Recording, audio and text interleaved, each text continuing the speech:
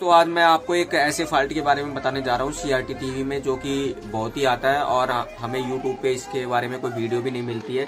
और ये फॉल्ट मैंने बहुत कोशिश करने के बाद फॉल्ट निकाला है और मैंने चाहा कि सभी दर्शकों को ये फॉल्ट बताया जाए, क्योंकि ऐसे फॉल्ट यूट्यूब पे भी देखने के लिए नहीं मिल पाते। तो मैंने अभी ये जो फॉल्ट निकाला है LG के टीवी में, ये LG का टीवी चल रहा है, एक बार दिखाएंगे इधर, ये LG का टीवी चल रहा है और इसके अंदर जो फॉल्ट था वो मैं आपको बताना चाहता हूँ। इसकी EHT जो थी, ये LG की EHT खराब थी। LG टीवी में अधिकतर ऐसा होता है कि ये 6002 के EHT का नंबर है या 40C, दोनों सेम ही EHT होती है, ये जल गई थी। इसको हमने नया भी लगा दिया, मगर फिर भी उसके बाद नया लगाने के बाद भी क्या हो रहा था कि इसके अंदर पटाखे लग रहे थे, पटाखे से हो रहे थे, नीचे रजिस्टेंस जल रही थी इसकी और टीवी ऑन नहीं हो पा रहा था, चट चट की आवाज कर रहा था। तो उस फॉल्ट को कैसे दूर करें वो आज मैं आपको दिखाना चाहता हूँ और बताना चाहता हूँ। एक बार अभी मैंने टीवी ओके कर दिया, फिर भी मैं आपको ये बताना चाहता हूँ कि ये फॉल्ट कैसे होता है और कैसे ठीक होता है और कैसे हम इसे ठीक करेंगे अगर भविष्य में किसी के सामने ऐसा फॉल्ट आता है तो एक बार दिखाएंगे कि एक बार ये हमारी किट को दिखाएंगे, किट कौन सी है, ये पूरी नजदीक से किट दिखाइए आप। और ये किट है, ये हमने यहाँ पे 6002 के EHT लगा रखी है, ये आप देख पा रहे होंगे, ये 6002 के EHT है। और ये फॉल्ट है यहाँ पे, ये जो यहाँ पे AVL की 2 रजिस्टेंस लगी होती है सीरीज में, एक 15 के होती है और एक 50 के होते हैं और उसके पास एक 7.2 का जिनर डायोड होता है, 7.2 का जिनर डायोड होता है जो कि पट पट करता है और जल जाता है। और यहाँ पे भी एक रजिस्टेंस होती है, 1K की रजिस्टेंस होती है जो APL पे लगी हुई होती है और जब वो जल जाती है तो ये फॉल्ट आता है। और यहाँ पे ये जो रजिस्टेंस है ये जल जाती है तो भी ये फॉल्ट आता है। अभी मैं टीवी को आपको पीछे से दिखाता हूँ, सर्किट को, और फिर आपको सही से समझ में आएगा कि कहाँ से कैसे होता है ये फॉल्ट। तो ये मैं आपको दिखाना चाहूंगा, यहाँ पे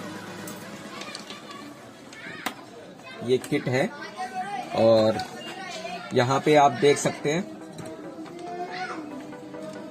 ये EHT के पिने हैं 1 2 3 4 5 6 7 8 9 और ये 10 और एक ये ग्राउंड की पिन होती है। कई EHTओं में अगर ये ग्राउंड की पिन भी नहीं लगेगी तो EHT लगाने के बाद भी यहाँ पे पटाखे करेगी, ये रेजिस्टेंस वगैरह जलेगी, जिनर डायोड जल जाएगा। तो ये एक जिनर डायोड है, इसका नंबर है 7.2 जो कि ABL और ग्राउंड पे लगा हुआ होता है।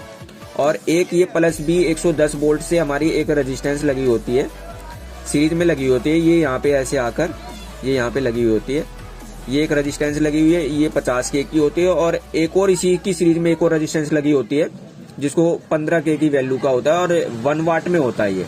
फिर उसके साथ में एक और रेजिस्टेंस होती है, ये रेजिस्टेंस है, ये रेजिस्टेंस आपकी है 3.3K और इसी रेजिस्टेंस पे आगे चल के एक जिनर डायोड भी लगा हुआ होता है।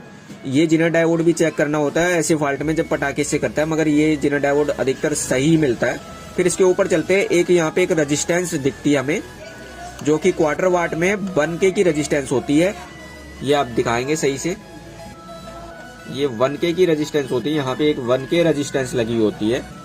और ये जब रेजिस्टेंस जल जाती है तो अधिकतर यही वाला फॉल्ट आता है जो कि हमारी नई EHT लगाने के बाद भी पटाखे से करती है। यहाँ पे ये पटाखे से चट चट की आवाज आएगी, ये चट चट की, और ये 1K की रेजिस्टेंस आप चेंज कर दीजिए, AVL पे लगी हुई होती है, ये AVL की पिन पे आती है यहाँ पे, और इसको जब आप चेंज कर देंगे तो ये वाला फॉल्ट जो होता है कि ठीक हो जाएगा।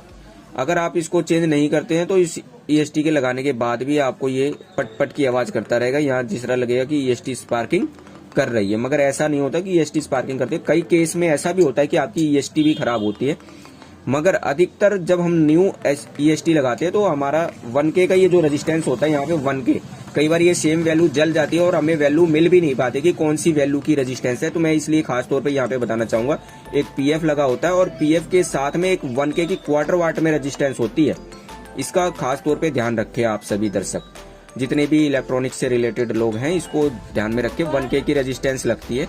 और ये एक यहाँ पे रेजिस्टेंस के बारे में मैंने आपको बता ही दिया, ये एक जिनर डायोड है, इसके बारे में बता दिया। तो कभी भी सेम ऐसा अगर कोई फॉल्ट आता है EHT के बदलने के बाद भी और पटाखे से मारता है तो आपको ये सभी काम यहाँ पे करके देखने होंगे। मैंने रेजिस्टेंस की वैल्यू भी बता दी आपको और ये रेजिस्टेंस चेंज कर देंगे तो आपका फॉल्ट ठीक हो जाएगा और टीवी ओके चलने लगेगा। अभी मैं आपको टीवी चला के दिखाता हूँ। टीवी ओके चलने लग जाता है। अगर इसको नहीं लगाते हैं तो टीवी में पटाखे से करता है। इस जगह में पटाखे से करेगा अगर नई ईएसटी लगाते हैं और वो 1K की रेजिस्टेंस जली हुई होती है तो आप देख सकते हैं। और अभी ये टीवी चला रहे हैं हम। अब टीवी सही कंडीशन में ऑन हो जाएगा। ये हमने प्लग इन कर दिया इसका और आगे स्क्रीन अब देख सकते हैं आप, स्क्रीन आ रही होगी इसकी। ये देखिए स्क्रीन आ चुकी है। अगर इसको नहीं बदलते हैं तो स्क्रीन आपकी नहीं आएगी और सेट दिक्कत करेगा, पटाखे से मारेगा। तो खास तौर पे इस वैल्यू को ध्यान में रखें। 1K की जो रेजिस्टेंस होती है ये जल जाती है तो पटाखे से करता है, तो इसको चेंज कर दीजिए और आपका फॉल्ट ठीक हो जाएगा। जय हिंद, जय भारत, भारत माता की जय।